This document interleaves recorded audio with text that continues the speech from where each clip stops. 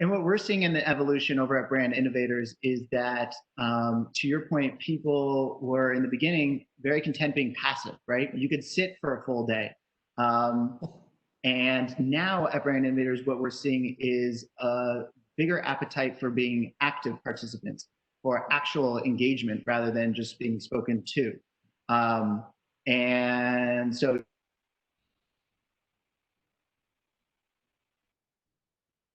your efforts around that.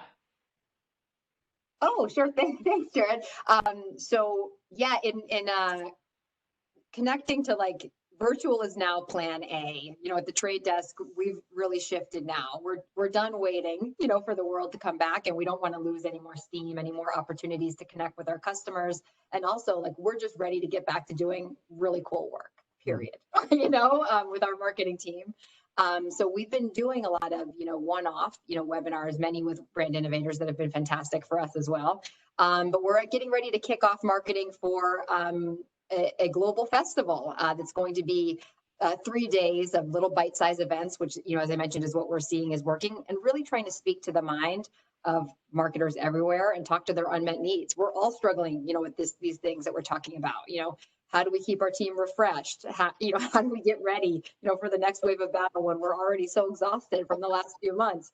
How do we grow despite all odds and having no idea what's coming next? None of us know, no matter what. The election, next murder hornets, second wave of COVID, we don't know. It's Storms, it's never ending. It's like living a video game. But we still need to do it. We need to get back to growth, and we need to be the ones that, you know, get our teams excited and feel brave and moving forward. So we're going to be launching a little virtual festival that we're really excited about over the next weeks that aims to do just that. Of you, what are the form factors that are interesting, exciting?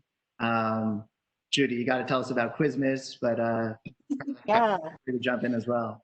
Yeah, I think, you know, I feel really lucky with my job is that, you know, who we are is all about inspiration. You know, Pinterest as a platform is all about inspiring people with a great collection of ideas. And I think now more than ever, you know, especially since we, like a lot of the other tech platforms, we're seeing usage spike as people have been inside and they're relying on their platforms for entertainment, for inspiration and information. And so for us, like we've been, you know, definitely on that journey of rethinking how we approach experiential and how do we continue to inspire our audiences. And, you know, when we've been talking about reimagining our roles, one of the things that I share with me is that now our job is essentially, we're like kind of TV showrunners. We're like programming executives. We have to tell great, exciting stories and think about really interesting formats. Because to that point of webinar fatigue, there's only so many of these you can sit through and we're like, okay, because then, you know, people turn off their camera, they're going to fix their meal, they're, you know, making sure their kids are paying attention at school. And there's a lot, you know, we're competing with a lot of attention. Like I said, the proverbial hidden boxes that are in the room. And so one of the formats that we experimented with is that we found that early on, like, you know, insights are definitely something that our partners really look to us for. And with the way our platform's set up, it's all about the future and what people are thinking about, what they're dreaming about, and what they're looking forward to. And so we found that people were thinking about holidays earlier than ever. And so we put together a whole marketing program. We saw searching starting to kind of increase come June. And I think, you know, as you might suspect, people on Pinterest tend to be planners, and they're already thinking about supply chain, logistical issues, travel, how am I going to get together with my family? And I really want to make this happen, or figure out how do we celebrate together come the holiday season. And so that wasn't a surprise to us. So we wanted to share that information with marketers as they're thinking through their plans about how might they adjust or accelerate how they're thinking about holiday overall for the coming season. And so one of the things that we experimented with was doing a quiz format show with a lot of our agency partners called Quizmas. And we got really great feedback on it because it was a really fun way to present content that was, you know, just a little bit different and more engaging. And not only that, we worked with some of our creators and talent from across different markets. So for Canada, I don't know if there are any Schitt's Creek fans on the line, but we got Twy to join. And I was really hoping she'd do a little bit more singing, but we couldn't get her and now I'm forgetting what the name, the Jazzagals, to do some Jazzagals recreations. And so we looked for different talent across all markets that we thought were interesting, and having them host and having that engaging quiz format was definitely a lot of work from a production perspective, but I think from an audience perspective, it worked really well. Yeah. Yeah. I love how you were able to take that like one consumer insight and kind of use that to plan a whole day around it. Really. Hey, Kyla, one of the things we talk about in our partnership all the time is that quality versus quantity. Yes. Both are wonderful, of course, but how are you kind of viewing the world through that lens these days?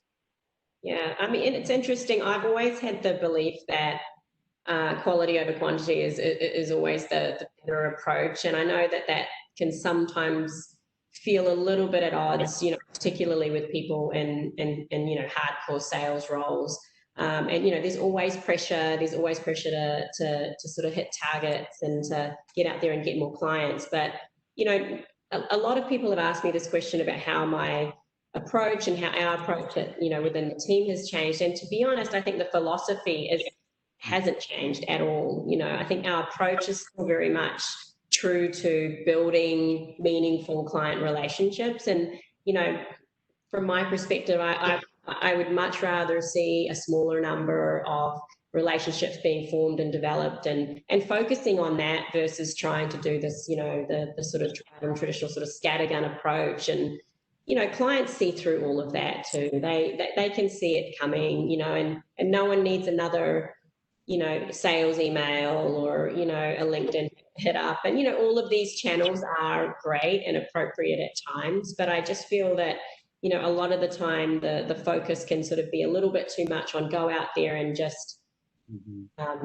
you know, go to the masses. And in my experience, you know, the best relationships that I've formed and continue to have long-term relationships with are the ones that, you know, are genuine, they're real. You know, you're giving some form of value add to whoever you're trying to build a relationship from. It's not just sort of like a take type situation. So fundamentally, not a lot has changed, but you know, obviously the way and the method in which we go out, it has. You know, we've talked about things like, you know, Zoom and, you know, online meetings, and you know, I will say, like, we were lucky in air quotes going into the lockdown with a really sort of busy pipeline, and we had a lot of activity, and we found that, you know, that just continued through. Like a lot of the clients didn't stop pitching. It was just, we have to pitch differently now. And there was a moment probably, I think about sort of 6 weeks ago when I feel like everyone decided,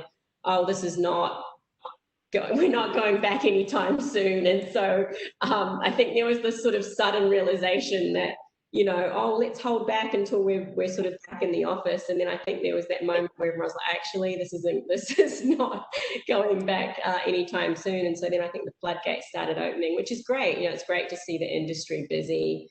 But I go back to my earlier point about team and constantly innovating. And I think that's one of the positives that the pandemic has brought to, I think, the industry, is that it's really sped up how we think about innovation, you know, and so we're sort of having to constantly change and innovate and think about new ideas and different ways to connect, particularly chemistry. You know, chemistry is something that I feel like humans just naturally do better in person. So how do we create, you know, use these tools, but, you know, create a more meaningful, relationship in that sense. So it's been challenging, but at the same time quite interesting. Like, how can we do things differently every week versus sort of, you know, every quarter let's review, or every, you know, let's review your annual plan. You know, that gone are the days, right? Like, you're just having to sort of think constantly in this always on creative situation. So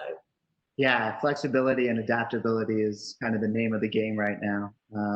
Right. What worked last week actually is not working this week, and so, or the format needs to change, or, you know, so yeah. Yeah, I was wondering if all of those people that Judy was mentioning were searching for holiday plans in June still think they're for Thanksgiving, because that kind of blows my mind. Yeah, and Kyla, I totally agree. We at Brand Innovators saw about 6 weeks ago, like a real stability in the marketplace. Like everybody, kind of to Judy's point at the top of the show, finally dug in and accepted the fact this was the new reality for the time being. And I mean, what do we not want to be in front of our clients, right? So find new ways to engage them and new form factors to get in front of them, that are value centric in nature. Because again, how many times can you sit in front of a screen and be talked at hour after hour? And that's why things like Quizmas sound so interesting, and some of the other platforms you guys have mentioned as well. I will also say that one of my colleagues got a pet goat. I don't know if you guys have heard about that, but a goat, or not a pet goat, but you can do a Zoom meeting with a goat at a farm. So it's that like same principles of like about bringing the puppies, but now you can apparently get goats and llamas. So there's a whole zoo of animals that we can tap into. Well, Yeah, innovation. we kind of have like an informal competition at TikTok where we all try and one up each other for the best backgrounds. So I have someone on my team who had Rushmore last week. I have like a pretty good emoji one going. There's Michael McDonald and Kenny Loggins happening. And actually, we had a great internal summit last week where we were all ushered in with a theme song that we all kind of danced to on the side. So I think it's anything that can keep you excited and engaged. And I also think it's just embracing the normal. It's embracing what's going on right now. I mean, I have a 4-year-old son who is obsessed with Gangnam Style, and probably once a meeting or a call, he comes in and, Gangnam Styles it up, and it's our own little TikTok moment. So I think it's really just embracing and kind of being okay with that personal aspect that we've all talked about. And I think, like Judy mentioned, that helps us get to know one another, helps us connect with our clients even more, because that's what this is all about, right? It's all about feeling seen and heard and connected and having that sense of community. And that's really what I've seen come out of a lot of these virtual events, is the idea of community and what people crave. And that's kind of what I've loved about some of the things we've embraced at TikTok, is how to just bring that virtual and really have fun with it. Well, next time, obviously need to intro you with a theme song. So I'm looking forward to round 2. Not Gangnam Style, please. So we've talked a little bit about the form factors. I want to spend the rest of our time talking a little bit about not how we're engaging, but what we're engaging them with, right? What are the stories we're telling? How we find that balance between, talking about product feature versus product benefit. And Carly, going back to you, the don't make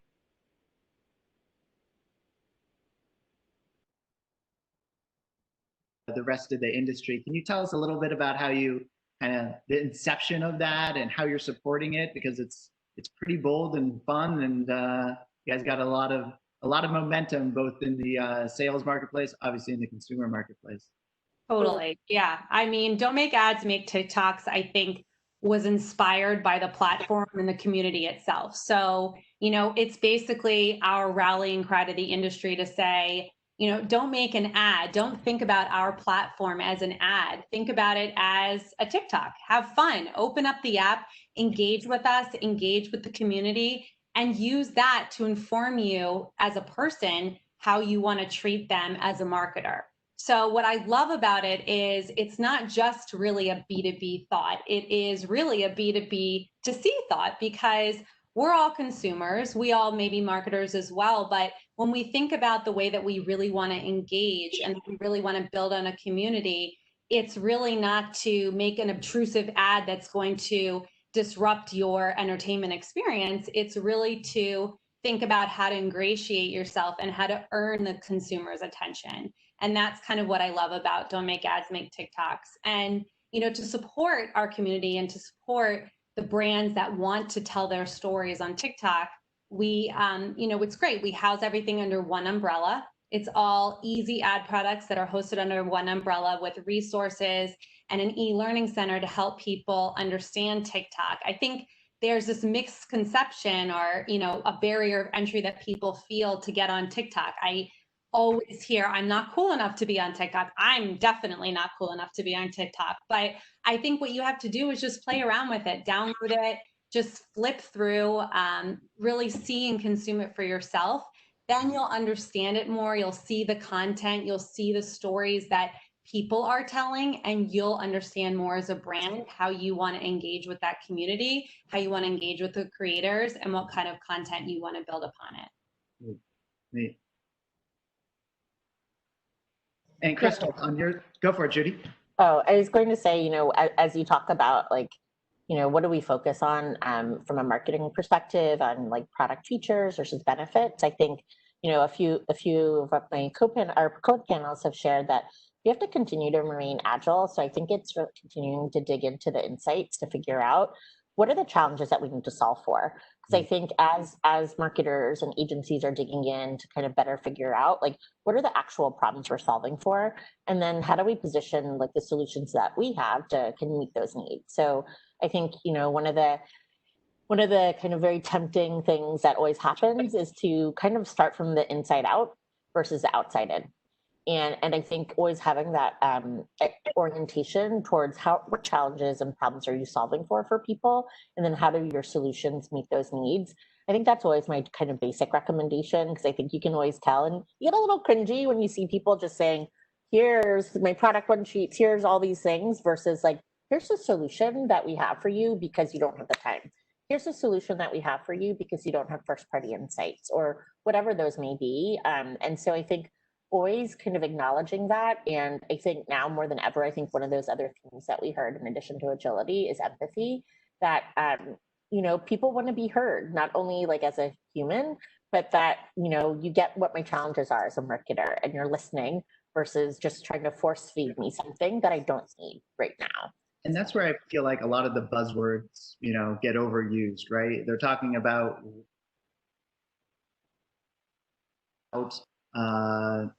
without putting it into context of what the net benefit is for you, right? And you see that all the time when you go to, you know, B2B sites, right? Crystal, I think you guys over at The Trade Desk have done an amazing job with the Edge Academy, and kind of what you've done over there like transcends, you know, your product, but actually raises the ship for your entire program. Honestly, we got there to our, you know, focus and investment in the Edge Academy based on the same kind of thinking that Judy was just laying out that she does with her team. I mean, at the onset of the pandemic, we could see. Sorry to cut you off. Can you explain it for people who aren't familiar? Sure. So that Edge Academy, prior to the pandemic, was a programmatic curriculum that the Trade Desk would sell really as a companion education service that went along with our platform. We really built it, you know, to help our traders get the most out of our platform, and it's grown over time, but that was really the primary target at the beginning. Thanks for reminding me to explain that, Jared. At the onset of the pandemic, we were very in tune with how this thing looked like it was going to impact the marketing community. I mean, we knew two things were going to happen, because anytime revenue's down at a company, they cut the marketers first, right? If they really don't think there's any demand to be driven, like, we're all at risk. So people were going to be out of their jobs. And the second thing that always happens is budgets get clamped down like crazy. You know, when times are good, we can very easily go get $10 million to have like a goat party on TikTok with a Gangnam Style dance, right? You guys know what I'm talking about. Like, we can get there to do some stuff that's really, really wild, and people will like let us take a big bet and we'll just see what happens. But when the ships are really down, like we saw they were going to be, there's like a ratcheting back and a desire and push from like non-marketing executives to focus more on measurable data-driven tactics. So we knew there was going to be this like combination of things happening in the marketing community where people were going to be out of jobs, needing to keep their skills fresh for work. And also many marketers that either had jobs or were trying to get jobs were going to be getting asked to like demonstrate this whole different skill set, you know, much more like data-driven digital marketing. So we actually dropped everything at the Trade Desk to like reimagine our Edge curriculum and make it so that it could be like a first foray into digital marketing to somebody who maybe had only been doing linear TV before, or maybe somebody that was just dabbling and really needed to understand how to reimagine their whole process with their team to do data-driven planning and be able to have these kinds of discussions with their CFO, with their CEO, with their colleagues and their team. So we reimagined the curriculum, and we also launched it for free. And have been offering it, to the whole marketing community during this hard time. And I agree with Jared. I mean, it was just the right thing to do. It wasn't the right time to sell products. It was the right time to take care of our audience and their unmet needs. And like, we'll all get out of this together, eventually, and we'll be better for it. And I got to say, on LinkedIn, I see all the time that somebody says, a brand marketer says, I just, finished my curriculum, and what? It's working, clearly. So are you saying you haven't taken it yet, Jared? Because although I did say the other day that it is on the, to Judy's point earlier, it sounds like the impetus to the switch was really just understanding your audience, both the ones who are employed who need to up their skills and the ones who are unemployed and need to get that next position. So only got a few more minutes. Kyla, I do want to ask you kind of the same question, because you come from such a storied brand and so established. How do you move the needle when everybody knows who you are, and for good reason, right? How do you stay fresh? And I know that's not just specific to you and WPP. It's specific to it could be a legacy brand, right, on the consumer side. But how do you think about that challenge if you need to move the needle at all? Yeah, I mean, I think that I'm, we're fortunate in that way that, we have great brand recognition, great brand awareness, like it's not like we're a startup and having to establish our name in the industry. But that being said, there's also the flip side of that, right? There's the sort of negative brand associations, or perhaps, older brand associations. And then, it's the same challenge with any brand, having to, modernize your brand, modernize your story, and to your point, keep fresh and keep innovative. And so I think we've been very particular about that we still say the new WPP, I think Mark Reed took over a couple of years ago now, but that's a big ship to turn around. It's a huge organization, but I think that the speed in which those changes and approaches have been made have been really quick. But at the same time, from a brand perspective, we still have to go through the notion of explaining to clients who what we are and what our offering is, and we still have to do all the same basics as a young brand. It just that sometimes we might have some other challenges to go up against, but it's a different challenge to sort of coming up with a startup company where you've got almost kind of like a blank slate, to start with. Yeah. Everybody's got their own challenges. Yeah. So we've got 2 more minutes. Let's do some rapid fire questions real quick. Can you guys start by telling me some tangible tips or tricks that the marketers in the audience can take home to their respective brands? I think, I was talking about this with someone last night. I think we can take a page from other industries. I think, one thing I've loved that my team has started talking about as we think about CES or South by, or as these, temple events may be virtual next year, what about doing, kind of like virtual fanfare, the way that you see virtual fans in the stands at NBA games right now. We'll see what happens with the NFL. What if we did that as a virtual concert at TikTok, sort of like what we did with The Weeknd a couple weeks ago? We had an amazing concert, all live. It was all tuning in, and people got to write in what they wanted to see. So you'd be watching The Weeknd, all of a sudden they would say, what kind of special effects you want? And people would say dry ice, fire on stage. And all of a sudden, you'd see like pyrotechnics all up on stage. So I would really love to see us kind of think more like that, and think more about cool things that we can do that we're seeing other industries doing. I think we can also learn from the gaming industries. I love some of the things that we're seeing come out of those guys. So, you know, I really would love to see us have more fun with our events and continue to iterate as, you know, as time goes on, to really make sure that we are continuing to build that community, continuing to build that connection, and continuing to kind of just have that sound on video experience that really makes TikTok so special. I guess tactically, more goats. And what I mean by that is, don't be afraid to try something different, and root yourself in what people's realities are right now. And I think, like having a goat appear as a guest attendee, or whatever it may be. And don't be afraid to experiment, because this is all a bit of the Wild West. And so if you don't have like a large budget to create something fully augmented reality, or if that's not what you're doing and you want to take some baby steps, goats, or whatever that may be for you, to kind of bring some like freshness to what you're doing. And then I think just kind of going back to the basic marketing principles of, like, you know, just rooting yourself in what your audience truths are, and what they're experiencing, and how you can help either solve their challenges or just bring something a little bit fun to their day. And staying true to your brand and what you have to offer, I think would be kind of what I'd suggest. And, you know, just be authentic too, because I think now more than ever, like, you get to see my whole home. And we're in a more intimate relationship than ever before with the people that we're looking to serve or to work with. And so I think inauthenticity is kind of comes through even more in this kind of intimate environment. So be authentic to kind of who your brand is, who you are, and what you have to offer people.